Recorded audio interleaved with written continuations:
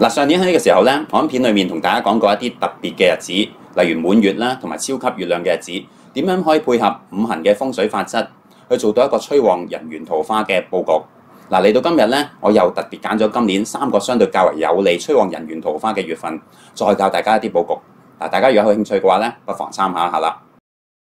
嗱，都係嗰句啦，一係就唔做，要做嘅話咧，我哋要準確。首先咧，要用一個準確嘅羅庚，又或者咧指南針，企喺全屋嘅中央位置去量度，揾一揾屋裏面呢個相對嘅方位出嚟，然後再進行佈局。以2025年新曆嘅5月5號至到6月4號期間，亦即係咧24節氣嘅立夏嗰日開始嘅1個月，當旺嘅催桃花方位係喺全屋嘅正西位，亦即係易經宮位裏面嘅對宮。嗱，我建議放一個玻璃花樽入清水，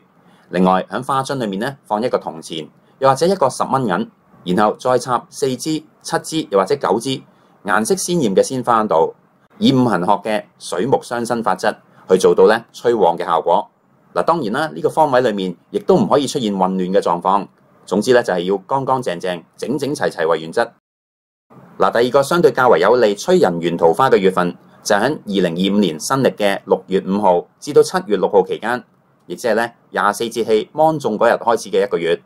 嗱，當旺嘅催桃花方位咧，都係喺全屋嘅正西位，亦即係對宮呢個位置。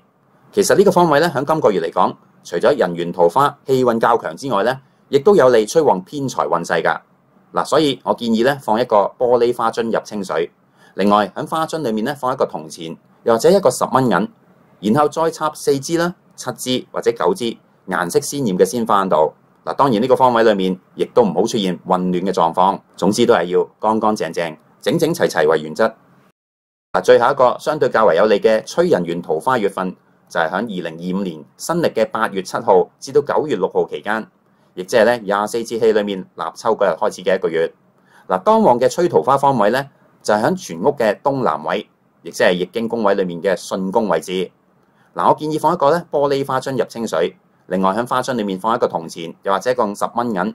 然後咧再插4支、7支或者9支顏色鮮豔嘅鮮花。同樣都係啦，要確保呢個位置乾淨整齊，唔好雜亂為原則。